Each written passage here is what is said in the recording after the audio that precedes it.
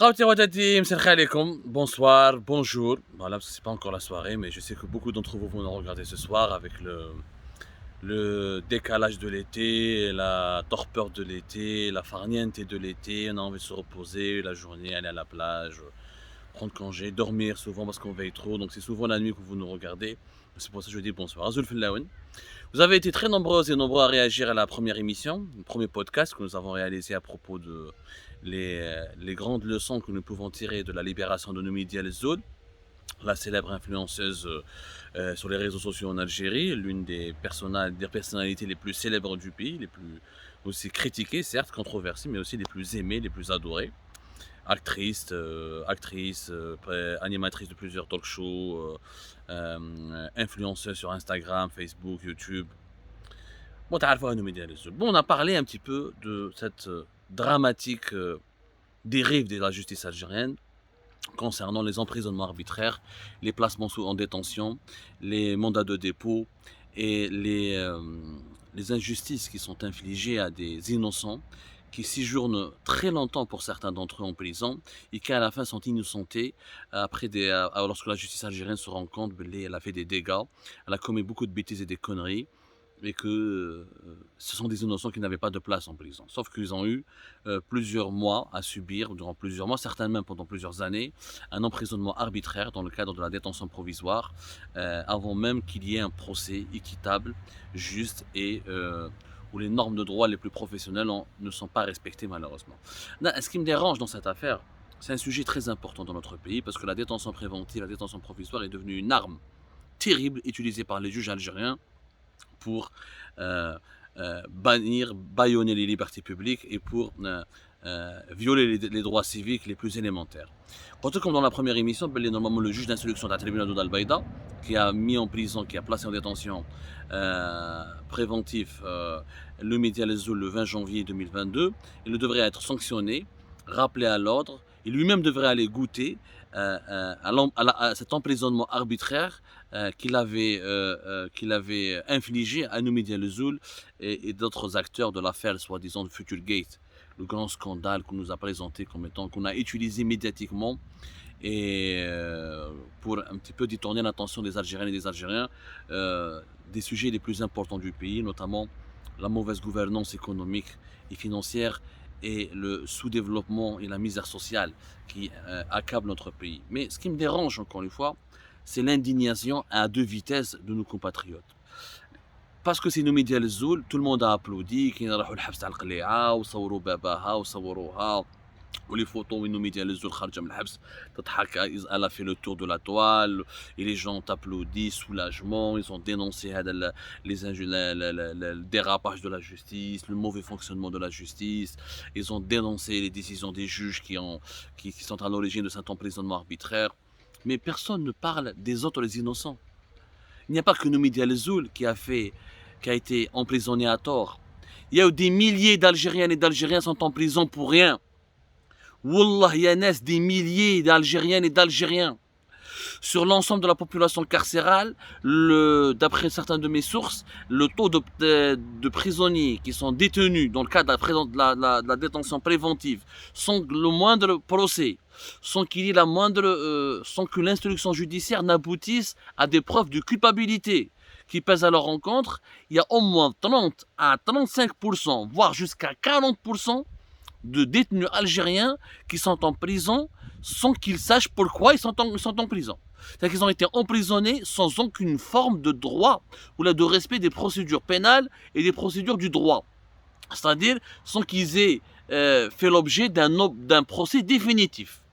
Ils auraient pu être encore en liberté provisoire, en liberté conditionnelle, sous contrôle judiciaire, mais حرمهم في الحبس. أنا mes observations empiriques, درت الحبس تاع الحراش. Ce que j'ai observé avec mes propres yeux, ce que j'ai pu constater moi-même de visu quand j'étais à Al-Harrach, 40% jusqu'à 45% des prisonniers qui étaient avec moi, c'est la détention préventive. يحكمك برا, souvent c'est des affaires de drogue. على جانا un petit joint تاع زطله, des fois ماشي même pas c'est pour ton tاعك حاجه, ماشي même pas ton mobile, même pas ta voiture, des fois une affaire ماشي يشروا لك une affaire, c'est des machinations judiciaires, des articles de presse, des publications sur les réseaux sociaux, des accusations de vol, des accusations de harcèlement sexuel ou de viol, mais qui n'ont jamais été étayées ni prouvées. Il n'y a pas un procès où les preuves ont été exposées de manière irréfutable. Mais les juges algériens n'attendent pas les procès, n'attendent pas les preuves. En Algérie, le juge estime qu'il faut aller en prison sans qu'il y ait de preuves. Il faut aller en prison en attendant sans qu'il y ait de procès. Qu'il faut aller en prison juste parce que un policier ou un gendarme ou quelqu'un lui a dit au téléphone, voilà que cette personne doit aller en prison. On ne se pose même pas de questions. La prison en Algérie, elle est devenue banale. Elle s'est totalement banalisée. L'emprisonnement, la politique de l'emprisonnement arbitraire et généralisée, elle s'est totalement banalisée dans notre pays.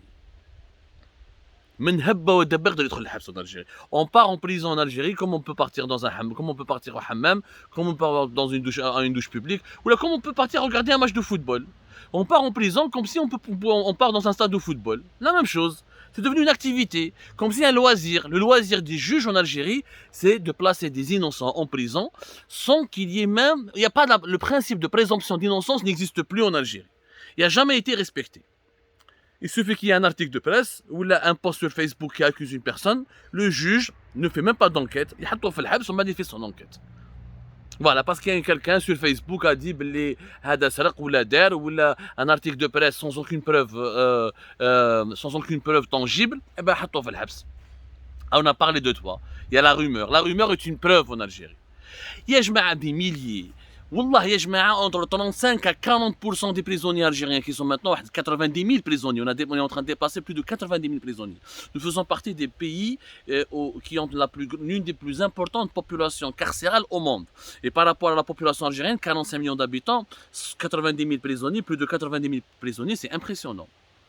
Il n'y a pas que nous médias les Zoul. C'est bien de s'indigner, de dénoncer, de montrer, d'exprimer sa solidarité avec nos médias les Zoul et les autres, et les détenus politiques, et les détenus d'opinion, et les milliers d'Algériens et d'Algériens, les anonymes, qui n'ont pas eu le droit à un procès équitable, qui n'ont pas eu le droit à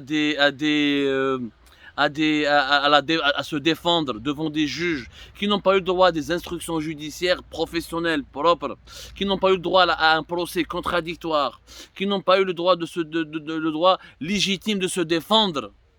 Pourquoi personne ne parle d'eux? Ou alors en Algérie, il faut être célèbre. En Algérie, il faut être célèbre, il faut être populaire pour bénéficier de la solidarité. Si tu n'es pas célèbre, si tu n'es pas populaire, personne n'est solidaire avec toi. Si tu es un simple Zawali, si tu es un simple fils ou la fille du peuple, ou là un simple mortel, bah tu peux crever en prison. Personne ne va se mobiliser pour toi. Personne ne va s'intéresser à toi. Personne ne va s'intéresser à ton dossier. Personne ne va s'intéresser à ta douleur, à ce que tu ressens, à tes souffrances. Ça, c'est profondément injuste. Moi, je trouve que l'indifférence des Algériennes et des Algériens vis-à-vis des gens simples, vis-à-vis des simples mortels, vis-à-vis des plus pauvres et des plus fragiles d'entre nous, elle est pire que la hogra du système politique en lui-même en place. Je trouve ça vraiment injuste. Wallah, je trouve ça injuste. Ou haram. La détention abusive, le recours abusif des juges algériens ou à la détention provisoire et préventive, qui pour moi on peut l'appeler la détention arbitraire, est un sujet de société qu'il faut aborder en extrême urgence. Il faut faire pression sur le ministère de la Justice pour qu'il y ait des enquêtes internes, pour suspendre et virer et limoger tous les juges qui emprisonnent par jour des dizaines de personnes sans même pas vérifier s'ils sont coupables ou s'ils menacent si elles menacent ces personnes, si elles menacent l'ordre public ou la stabilité de la société. Il faut arrêter de recourir à la détention préventive et arbitraire dans toutes les procédures judiciaires sans aucune justification rationnelle et légale. C'est ça le véritable sujet. C'est pas Noumédi El Zoul. Bien sûr, je suis solidaire avec Noumédi El Zoul, mais je suis solidaire avec tous les autres Algériens. Il ne faut pas être une Noumédi El Zoul pour qu'on puisse monter au créneau et pour s'indigner. Toutes les personnes qui sont victimes d'injustice en Algérie méritent notre solidarité.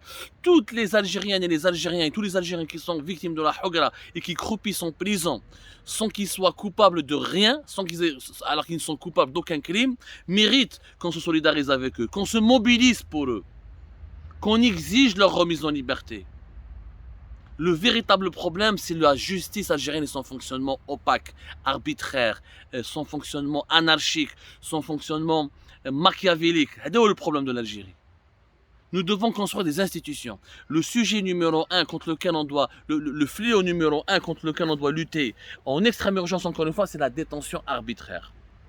بصح ماشي à deux vitesses. C'est parce que c'est nous ديال الزول نبكوا عليها والاخرين زواليه مساكن جماعه الحراك جماعه les jeunes qui sont accusés de drogue, ils sont accusés de vol, certains sont accusés de trafic de stupéfiants alors que مساكن c'est des fils de bonne famille et qui n'ont jamais été impliqués dans un quelconque trafic juste parce qu'un policier شراها لهم ولا un gendarme يحبهمش ولا واحد un voisin les a dénoncés ولا ما على باليش quelqu'un les a impliqués dans une machination ou dans une grossière manipulation. Ces gens-là méritent aussi notre solidarité. Ces gens-là qui croupissent en prison, qui sont loin de leur famille, de leurs proches, de leurs enfants, de leurs parents, méritent aussi une tendre pensée de notre part et ils méritent une véritable mobilisation citoyenne. C'est ce que je voulais dire, Ejma'a. Halte à l'indignation à deux vitesses, halte à l'indifférence, halte à cette mobilisation à la tête du client. Où on est pour le bien, pour tout le monde, ou on est pour le mal pour tout le monde. Mais on ne peut pas dire que certains Algériennes et Algériens méritent la justice, la solidarité, méritent le respect, méritent l'honneur, méritent la dignité, et d'autres on les jette comme ça en pâture. C'est inacceptable. C'est comme ça, Hakhabti Rouatati, à tout à l'heure pour d'autres émissions.